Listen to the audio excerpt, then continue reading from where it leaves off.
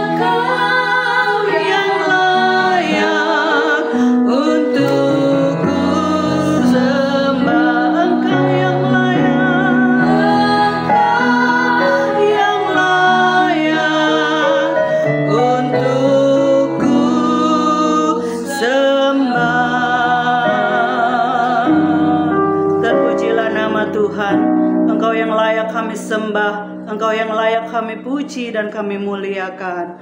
Terpujilah Engkau Tuhan. Berfirmanlah Engkau pada hari ini, hanya di dalam nama Tuhan Yesus kami mengucap syukur. Haleluya. Amin. Shalom Bapak Ibu Saudara-saudari, kita berjumpa lagi di dalam perenungan intim dengan Allah.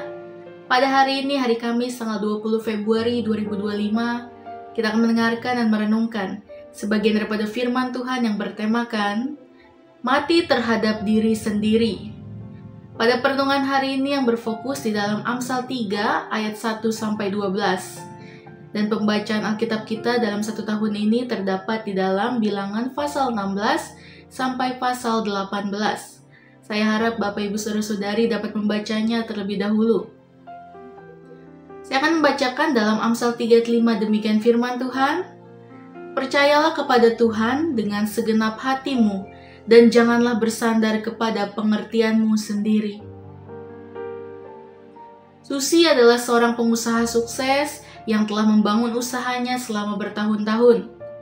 Suatu hari ia menghadapi dilema moral ketika salah satu kliennya menawarkan proyek besar. tetapi dengan syarat ia harus memberikan sogokan.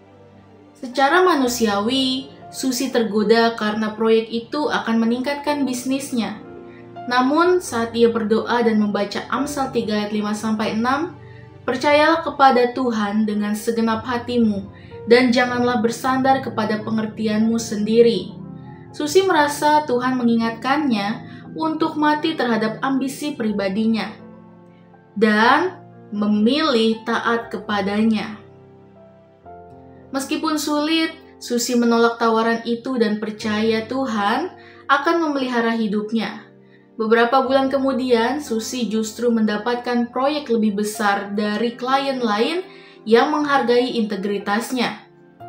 Melalui pengalamannya, Susi belajar bahwa hidupnya bukan miliknya sendiri, tetapi milik Tuhan yang telah membelinya dengan darah Kristus. Paulus adalah contoh yang nyata dari seseorang yang mati terhadap dirinya sendiri.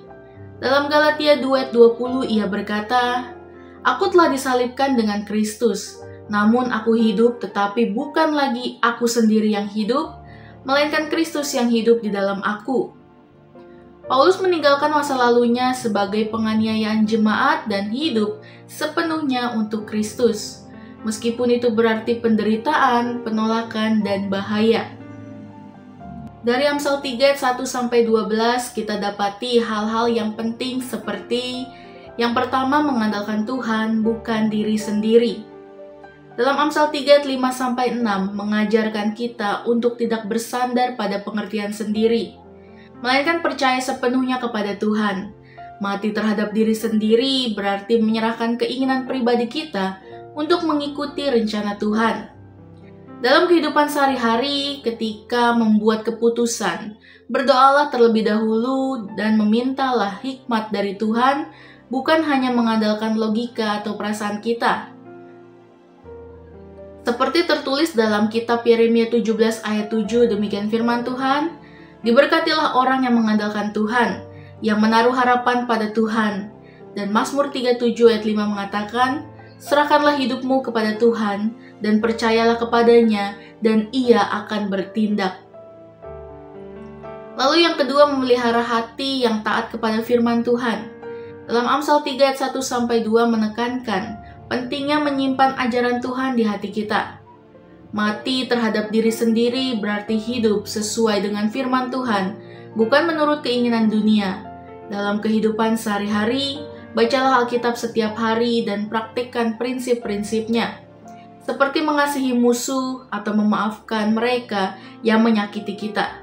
Seperti tertulis dalam Mazmur 119 ayat 11, "Dalam hatiku aku menyimpan janjimu, supaya aku jangan berdosa terhadap engkau."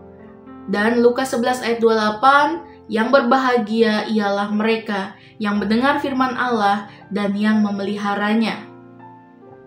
Lalu yang ketiga, menghormati Tuhan dengan segala yang kita miliki. Dalam Amsal 3 ayat 9-10 mengajarkan untuk menghormati Tuhan dengan harta kita. Mati terhadap diri sendiri berarti menggunakan berkat Tuhan untuk kemuliaannya, bukan untuk kepuasan diri sendiri. Dalam kehidupan sehari-hari, berikan persembahan dengan sukacita dan gunakan sumber daya kita untuk membantu mereka yang membutuhkan. Seperti tertulis pada 2 Korintus 9 ayat 7, "Hendaklah masing-masing memberikan menurut kerelaan hatinya, jangan dengan sedih hati atau karena paksaan, sebab Allah mengasihi orang yang memberi dengan sukacita." Dan Matius 6 ayat 19-21, "Janganlah kamu mengumpulkan harta di bumi, tetapi kumpulkanlah bagimu harta di surga." Lalu yang keempat, menerima didikan Tuhan dengan rendah hati. Dalam Amsal 3 ayat 11-12 mengingatkan kita untuk tidak menolak teguran Tuhan. Mati terhadap diri sendiri berarti bersedia menerima koreksi Tuhan dan bertumbuh dalam iman. Dalam kehidupan sehari-hari, ketika menghadapi ujian atau teguran, jangan memberontak, tetapi renungkan apa yang Tuhan ingin ajarkan kepada kita. Seperti tertulis pada Ibrani 12 ayat 6, "Karena Tuhan mengajar orang yang dikasihinya, dan ia menyesah orang yang diakuinya sebagai anak." Dan Mazmur 94 ayat 12, Berbahagialah orang yang kuhajar, ya Tuhan, dan yang kuajari dari Taurat-Mu. Refleksi kita pada hari ini, hidup sebagai pengikut Kristus berarti hidup dengan identitas baru yang telah diberikannya kepada kita. Mati terhadap diri sendiri adalah keputusan untuk meninggalkan ego, ambisi pribadi, dan mentalitas tuan. Sebab kita telah dibeli dengan darah Kristus. Apakah saya masih hidup dengan mentalitas saya adalah Tuhan atas hidup saya? Bagaimana saya bisa lebih menyerahkan hidup saya kepada Tuhan setiap hari? Apakah ada area dalam hidup saya yang belum saya serahkan sepenuhnya kepada Tuhan? Marilah kita belajar untuk mati terhadap diri sendiri dan hidup bagi Kristus, sebab hanya di dalam Dia kita menemukan kehidupan yang sejati. Karena bagiku hidup adalah Kristus dan mati adalah keuntungan. Dalam Filipi 1 ayat 21. Mari Bapak Ibu kita sama-sama berdoa. Bapa yang baik, terima kasih Tuhan Yesus untuk perenungan pada hari ini. Biarlah firman ini merema di kehidupan kami Tuhan, bagaimana kami dapat meninggalkan ego, ambisi pribadi, dan mentalitas Tuhan. Sebab kita telah diberi dan dibeli oleh darah-Mu ya Bapa.